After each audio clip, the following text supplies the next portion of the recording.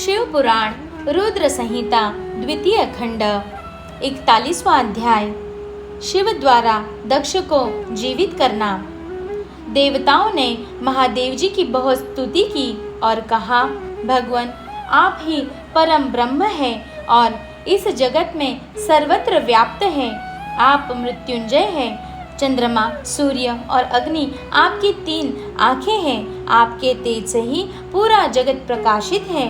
ब्रह्मा, विष्णु, इंद्र और चंद्र आदि देवता आपसे ही उत्पन्न हुए हैं। आप ही इस संसार का पोषण करते हैं। भगवान आप करुणामय हैं। आप ही दुष्टों का संहार करते हैं। प्रभु आपकी आज्ञानुसार ही अग्नि जलती है और सूर्य अपनी तपन से झुलसता है।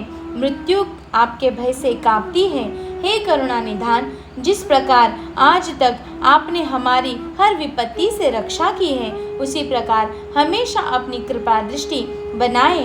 भगवान हम अपनी सभी गलतियों के लिए आपसे क्षमा मांगते हैं।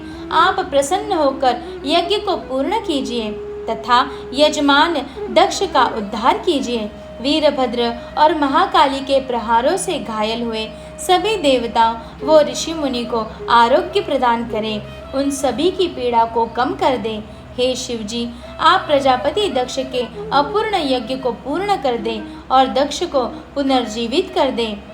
भग ऋषि को उनकी आंखें, पूषा को दांत प्रदान करें। साथ ही जिन देवताओं के अंग नष्ट हो गए हैं उन्हें ठीक कर दें। आप सभी को आरोग्य प्रदान करें। हम आपको यज्ञ में पूरा भाग देंगे। ऐसा कहकर हम सभी देवता त्रिलोकीनाथ महादेव के चरणों में लेट गए। हमारी स्तुति और अनुनय विनय से भक्तवत्सल भगवान शिव प्रसन्न हो गए। शिव जी बोले, हे ब्रह्मा, श्री हरि विष्णु, आपकी बातों को मैं हमेशा मानता हूँ, इसीलिए आपकी प्रार्थना को मैं नहीं टाल सकता। परंतु मैं यह बताना चाहता हूँ कि दक्ष के यज्ञ का विध्वंस मैंने नहीं किया है।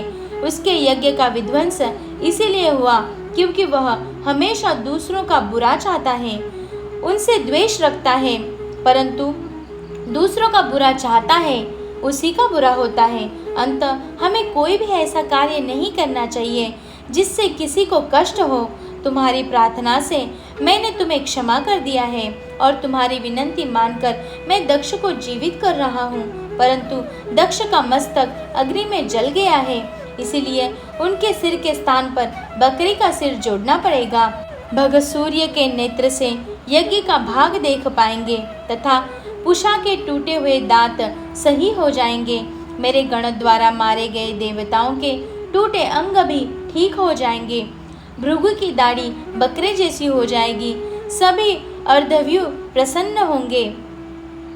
यह कहकर वेदी के अनुसरण करता परम दयालु भगवान शंकर चुप हो गए। तत्पश्चात मैंने और विष्णु जी सहित सभी देवताओं ने भगवान शिव का धन्यवाद किया। फिर देवर्षियों सहित शिव जी को उस यज्ञ में आने के लिए आमंत्रित किया। हम लोग यज्ञ के स्थान पर गए जहाँ दक्ष ने अपना यज्ञ आरंभ किया था। उस कनखल नामक यज्ञ क्षेत्र में शिवजी भी पधारे। तब उन्होंने वीरभद्र द्वारा किए गए उस विध्वंस को देखा। स्वाहा, स्वधा, पूषा, तुष्टि, धृति, समस्त ऋषि, पितर, अग्नि व यज्ञ, गंधर्व और राक्षस वहाँ पड़े हुए थे। कितने ही लोग अपने प्राणों से हाथ धो चुके थे। तब भगवान शिव ने अपने परम पराक्रमी सेनापति वीरभद्र का स्मरण किया।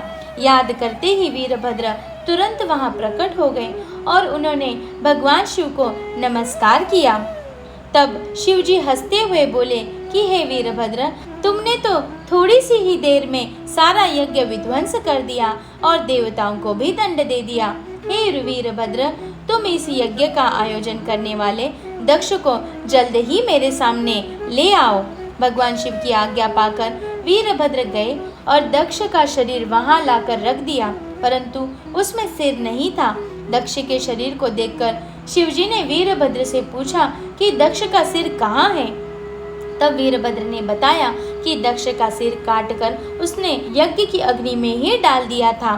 तब शिवजी के आदेश अनुसार बकरे का सिर दक्ष के धड़ में जोड़ दिया गया। जैसे ही शिव जी की कृपा दृष्टि दक्ष के शरीर पर पड़ी, वह जीवित हो गया। दक्ष के शरीर में प्राण आ गए और वह इस प्रकार उठ बैठा जैसे गहरी नींद से उठा हो। उठते ही उसने अपने सामने महादेव जी को देखा। उसने उठकर उन्हें प्रणाम किया और उनकी स्तुति करने लगा। उसके दक्ष के हृदय में प्रेम उमड़ आया और उसके प्रसन्न चित्त होते ही उसका कलुषित हृदय निर्मल हो गया। तब दक्ष को अपनी पुत्री का भी स्मरण हो गया और इस कारण दक्ष बहुत लज्जित महसूस करने लगा। तत्पश्चात अपने को संभालते हुए दक्ष ने करुणा निधान भगवान शिव से कहा, हे कल्याण में महादेव जी, आप ही इस जगत के आदि और अंत है। आपने ही इस सृष्टि की रचना का विचार किया है। आपके द्वारा ही हर जीव की उत्पत्ति हुई है। मैंने आपके लिए अपशब्द कहे और आपको यज्ञ में भाग भी नहीं दिया। मेरे बुरे वचनों से ही आपको बहुत चोट पहुंची है, फिर भी आप मुझ पर कृपा कर यहाँ मेरा उद्धार करने के लिए आ गए। भगवान, आप ऐश्वर्य से संपन्न हैं। आप ही परमपिता परमेश्वर हैं। प्रभु, आप मुझ पर एवं यहाँ उपस्थित सभी जनों पर प्रसन्न होइए और हमारी पूजा अर्चना को स्वीकार कीजिए। ब्रह्मा जी बोले। नारद इस प्रकार भगवान शिव की स्तुति करने के बाद दक्ष चुप हो गए। तब श्री हरि विष्णु जी ने भगवान शिव की बहुत स्तुति की। तत्पश्चात मैंने भी महादेव जी की बहुत स्तुति की। भगवान, आप मेरे पुत्र दक्ष पर अपनी कृपा दृष्टि की और उसका उद्धार किया। देवेश्वर, अब आप प्रसन्न होकर सभी शापों से हमें मुक्ति प्रदान करें। महामुनि, इस प्रकार महादेव जी की स्तुति करके मैं दोनों हाथ जोड़कर और सिर झुकाकर खड़ा हो गया। हम सभी देवगणों की स्तुति सुनकर भगवान शिव प्रसन्न हो गए और उनका मुख खिल उठा। तब वहां उपस्थित इंद्र सहित अनेक सिद्धों, ऋषियों और प्रजापतियों ने भी भक्तवत्सल करुणानिधान भगवान शिव की अनेकों बार स्तुति की।